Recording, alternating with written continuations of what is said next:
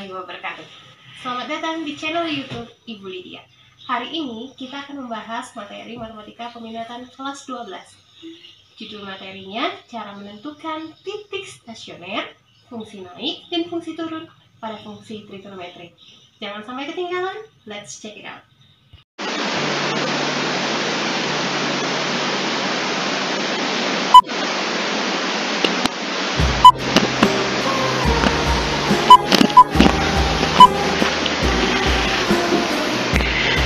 Pada video pembelajaran kali ini, tujuan pembelajaran yang diharapkan adalah yang pertama, peserta didik bisa menentukan titik stasioner dengan konsep turunan.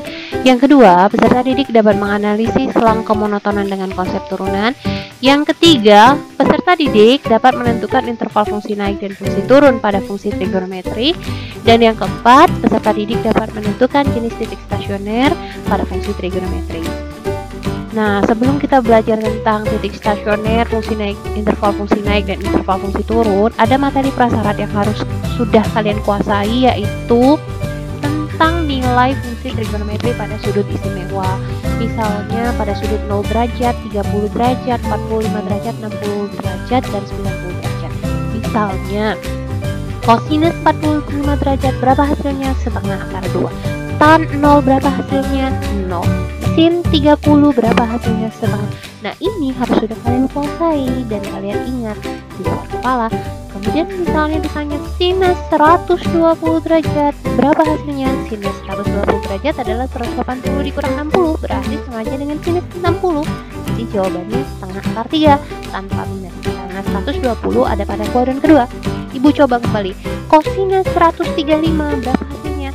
135 dari 180 dikurang 45, berarti cos 45. Cos 45 hasilnya setengah akar 2. Sedangkan pertanyaan kita tadi kosinus 135, berarti ada di kuadran kedua. Nilai cos pada kuadran kedua negatif, maka jawabannya adalah min setengah akar 2. Bagaimana? Kalian udah paham menentukan sudut-sudut yang seperti tadi? Jika kalian belum paham, silahkan berikan komentar di bawah supaya ibu buatkan juga video pembelajarannya. Selanjutnya, materi prasyarat berikutnya adalah rumus persamaan trigonometri. Kita lihat persamaan trigonometri pada fungsi sinus. Dia memiliki rumus X sama dengan alfa ditambah K kali 360 derajat, dan X sama dengan 180 dikurang alfa ditambah K kali 360 derajat. Kalian bisa memberi note bahwa pada persamaan trigonometri bentuk sinus, pengulangannya setiap 360 derajat. Makanya rumusnya menjadi ditambah K kali 360 derajat. Selanjutnya menentukan titik stasioner dengan konsep turunan. Cara menentukan titik stasioner adalah dengan cara mencari turunan pertamanya, y aksennya. Kemudian turunan pertama dibuat sama dengan 0. Kemudian fungsi naik dan fungsi turun pada fungsi trigonometri ada syaratnya. Untuk fungsi f aksen x yang besar dari 0, untuk setiap x dalam a, b, maka f adalah fungsi naik pada selang a, b. Kalau misalnya turunannya kecil dari 0, maka untuk setiap x dalam a, b, maka f adalah fungsi turun pada selang a dan a, b. Yang c, kalau f aksen x-nya sama dengan 0 untuk setiap x dalam rentan a, b, maka f adalah fungsi konstan pada selang a, b. Titik stasioner pada fungsi trigonometri. Jika fungsi f mempunyai turunan pada selang i yang memuat c, jika f aksen c sama dengan 0, maka t, c, f, c adalah titik stasioner dari fungsi f. Artinya, kalian turunkan dulu yang turunan pertamanya, nanti dibuat sama dengan 0. Sudut yang membuat dia menjadi 0 itu nanti dimasukkan ke turunan ke fungsi f sehingga didapat fc. Nah, t ini adalah titiknya, titik stasioner. C, fc adalah titik stasioner dari fungsi tersebut. Nah, ada 3 jenis titik stasioner. Yang pertama titik balik minimum, yang kedua titik balik maksimum, dan yang ketiga titik belok. Untuk penentuan titik balik maksimum, titik balik minimum, dan titik belok menggunakan turunan kedua, kalian bisa mengikuti aturan seperti ini. Ya, kita lanjutkan. Nah, kalian juga bisa mengamati jenis titik stasioner dari diagram. Misalnya, FC1 yang paling atas ini disebut titik balik maksimum. Jadi titik balik titik itu ada variabel x dan ada variabel y. Kalau tidak ada variabel x dan variabel y, dia bukan disebut titik ya. Jadi titik T C1, FC1 itu disebut titik balik maksimum. Titik balik minimum bisa kalian lihat di sini. TC3, FC3 titik balik minimum. Yang titik belok yang mana, Bu? Titik belok yang seperti ini kalau pada diagram. Nah, TC2, FC2 adalah titik belok. Yang di sini juga TC4, FC4 adalah titik belok. Kita masuk ke contoh soal. Sudah siap? Mari kita perhatikan dengan seksama. Tentukan titik stasioner, interval fungsi naik dan fungsi turun, serta jenis titik stasionernya pada fungsi trigonometri Y sama dengan sin X ditambah cos X untuk daerah asal X besar dari 0 derajat kecil dari 360 derajat. Kita cari solusinya. Turunkan dulu. Turunan dari sin adalah cos, turunan dari plus cos adalah min sin, maka Y aksen sama dengan cos X dikurang sin X. Step kedua, tahap kedua. Syarat stasioner adalah Y aksen sama dengan 0 dibuat. Y aksen sama dengan 0, jadi 0 sama dengan cos X dikurang sin X. Nanti didapat hasilnya setelah cos X dikurang sin X sama dengan 0, kalian sama-sama bagi dengan cos. Jadi nanti dapat 1 dikurang sin X per cos X sama dengan tan. Sin X per cos X itu adalah tan, jadi 1 dikurang tan X sama dengan 0, pindahkan ruas tan, sehingga didapat tan X sama dengan 1. Nah, ini kalian bisa menggunakan persamaan trigonometri pada fungsi tan, yaitu X sama dengan alfa ditambah K kali 360.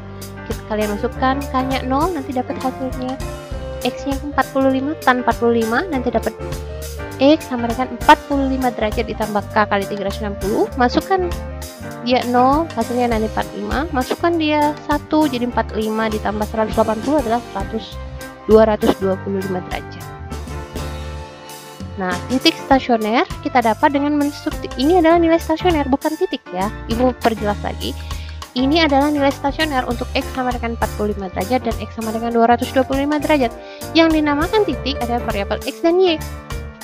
Jadi titik stasionernya didapat dengan cara mensubstitusi nilai X45, mensubstitusi nilai X sama dengan 225 ke persamaan awal trigonometri. Di garis bawah ini. Persamaan awal trigonometrinya yang ini ya, persamaan awalnya. Oke, kita lanjut. Untuk menentukan jenis titik stasioner, kita akan menentukan fungsi naik dan fungsi turun terlebih dahulu. Nah, kita buat dulu garis bilangannya 0, 45, 225, 360 derajat. 45 dan 225 adalah titik stasionernya, adalah nilai stasionernya, maaf. 0 dan 360 derajat adalah batasannya. Kalian cek satu persatu. Sudut di antara 0 sampai 45 derajat, misalnya 30 derajat, substitusi ke persamaan turunan pertama ya. Oke, turunan pertama substitusi cos 30, kalian ambil 30 di antara rentang ini, 30 dikurang sin 30, jadi setengah akar 3 dikurang setengah. Positif atau negatif, itu aja. Positif, buat positif. Sekarang ibu kasih tahu cara cerdik. Siap? Cara cerdiknya, kalau sudah dapat di sini plus, langsung aja di sini buat min plus, seperti itu biasanya. Ada kasus yang tidak biasa, itulah nanti titik belok. Tapi sepertinya biasanya seperti itu. Kalau udah plus, min plus, min seperti itu. Fungsi naik ialah definisinya tadi f aksen x-nya besar dari 0. Kita cek yang positif, kan besar dari 0 positif. Positif, maka rentangnya ini fungsi naik adalah X besar dari 0 derajat kurang dari 45. Yang positif lagi yang mana? Yang ini.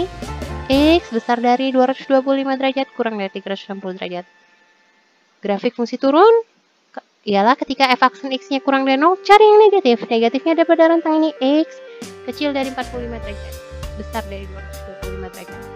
Oke, sampai sini. Apabila ada pertanyaan, silahkan tulisan di kolom komentar. Kita lanjutkan dengan menentukan jenis titik stasionernya. Yang mana titik balik maksimum, yang mana titik balik minimum, yang mana titik belok, kalau ada. Baik, perhatikan lagi. Yang ini disebut titik balik maksimum. Yang ini disebut titik balik minimum. Titik tadi ada variabel X dan Y. Ini X-nya, Y-nya dengan cara mensubstitusi nilai X ke persamaan awal yang telah kita bahas tadi. Ini persamaan awalnya. Substitusi X sama dengan 45, nanti dapat sin 45 dan ditambah cos 45. Ini pengetahuan prasyarat yang harus kalian kuasai, bahwa sin 45 setengah akar 2 cos 45 sama dengan setengah akar 2, maka jawabannya akar 2, maka titik balik maksimumnya adalah 45 derajat, akar 2. Begitu juga dengan titik balik minimum, substitusi 225 derajat pada persamaan awal, nanti didapat 225 derajat, minus akar 2. Ibu berikan contoh satu soal kembali. Tentukan titik stasioner beserta jenisnya, interval fungsi naik dan fungsi turun pada fungsi trigonometri Y sama dengan cos 2x untuk X besar dari 0 derajat kurang dari 360 derajat.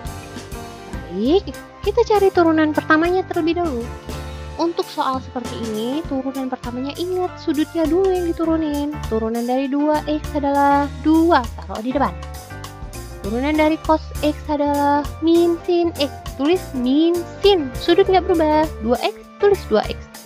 Jadi turunan dari Y sama dengan cos 2x adalah min 2 sin 2x. 2 ini adalah turunan dari sudutnya yang diletakkan di depan. Selanjutnya, syarat titik stasioner tadi adalah Y aksen sama dengan 0. Min 2 sin 2x sama dengan 0. Kita bagi sama dengan min 2, jadi dapatnya sin 2x sama dengan 0. Sekarang yang perlu kamu pikirkan adalah sin berapa yang hasilnya 0? Sin 0. Bagus. Itu solusinya. Dibuat jadi 2x sama dengan 0 ditambah k kali 360. Kita ingat dengan persamaan trigonometri yang ini. Ada 2, x sama dengan alfa ditambah k kali 360, alfanya 0. X sama dengan 180 dikurang alfa, 180 dikurang alfa ditambah k kali 360. Ada 2, seperti ini. Disubstitusi untuk k sama dengan 1, maka x-nya sama dengan 180. Kenapa tidak kita substitusi k sama dengan 0? Kalau kita substitusi k sama dengan 0 ditambah 0 dikali 180, jadi jawabannya adalah 0. Sedangkan ingat batas awalnya tadi adalah x besar dari 0 derajat kecil dari 360 derajat, maka 0 tidak termasuk. Jadi hasilnya langsung kita ambil dari k sama dengan 1. Selanjutnya yang kedua, rumus persamaan trigonometri yang kedua ini, x sama dengan 180 dikurang alfa, alfanya tadi 0. Jadi 180 ditambah k kali 360 derajat, sederhanakan. Karena ini 2, kita bagi 2 semua. Jadi x sama dengan 90 derajat ditambah k kali 180 derajat. Masukkan k-nya 0, nanti dapat x-nya 90. Masukkan k-nya 1, 90 ditambah 180, 270. Jadi nilai stasioner grafik fungsi y sama dengan cos 2x adalah didapat ketika x-nya 90 derajat, 180 derajat, dan 270 derajat. Sampai sini. Apabila ada pertanyaan, bisa diberikan di kolom komentar. Kita lanjut dengan menentukan jenis titik stasionernya. Buat dulu garis bilangannya ya. Garis bilangannya adalah nilai-nilai stasioner yang kita dapat tadi, 90, 180, 270 ke atasnya tadi, 0 dan 360 derajat. Ambil salah satu tadi, di antara 0 sampai 90, kamu bisa ambil angka 30 derajat. Substitusinya kemana? Ke persamaan awal atau persamaan turunan pertama? Ya, bagus, ke persamaan turunan pertama. Diingat ya. Maka nanti jawabannya negatif, terus negatif. Cara cerdiknya bagaimana? Biasanya kalau sudah negatif, sampingnya positif, sampingnya lagi negatif, sampingnya lagi positif.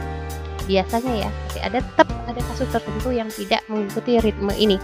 Fungsi naik tadi apa? Yang f aksennya besar dari 0. Fungsi turun tadi apa? Yang f aksennya kecil dari 0. Cari fungsi naiknya yang intervalnya positif. Yang 1, 2. Berarti fungsi naik pada interval x besar dari 90 derajat, kecil dari 180 derajat, dan x besar dari 270 derajat, kecil dari 360 derajat. Fungsi turunnya cari yang negatif. Sehingga didapat x besar dari 0 derajat, kecil dari 90 derajat, dan x besar dari 180 derajat, kecil dari 270 derajat. Menentukan jenis titik stasionernya, kalian pakai lagi garis bilangan yang sudah dibuat. Kalian udah pasti tahu bahwa ini adalah titik balik minimum, ini titik balik minimum, dan ini adalah titik balik maksimum. Nah, jenis titik stasionernya bisa didapat dengan cara mensubstitusi nilai-nilai stasioner tadi ke persamaan awal. Ingat ya, ke persamaan awal 90 derajat, x-nya 90 derajat, persamaan awalnya adalah y sama dengan cos 2x sama dengan cos 180 derajat. Cos 180 derajat itu sama aja dengan cos 0. Cos 0 adalah 1, tetapi karena 180 derajat ada di kuadran kedua yang nilai negatif cosnya, maka jawabannya min 1. Kemudian ini 270 derajat. 270 derajat jadi cos 2 kali 270 derajat jadi cos 540 derajat.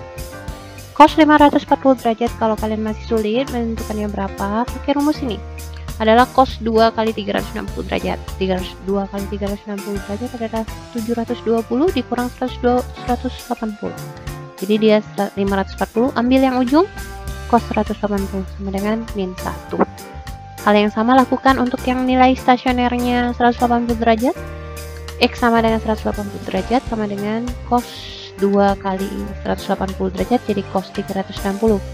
Cos 360 sama aja dengan cos 360 dikurang 0 sama aja dengan cos 0. Cos 0 sama dengan 1. Karena cos 360 derajat ada pada kuadran ke-4, maka nilai cos positif, makanya di sini titik. Ini dia titik balik maksimumnya 180 derajat, 1, ini dia titik balik minimumnya. Sampai sini bagaimana? Apakah kalian sudah cukup memahaminya? Jika masih terdapat kebingungan, silahkan diulang kembali video pembelajaran ini, dipelajari dengan pelan-pelan. Nah, nanti silahkan latihan soal, dikerjakan, boleh dikerjakan semuanya. Silahkan jawab di kolom komentar.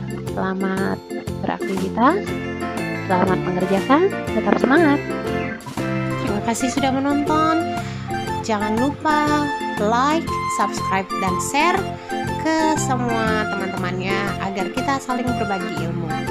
Wassalamualaikum warahmatullahi wabarakatuh.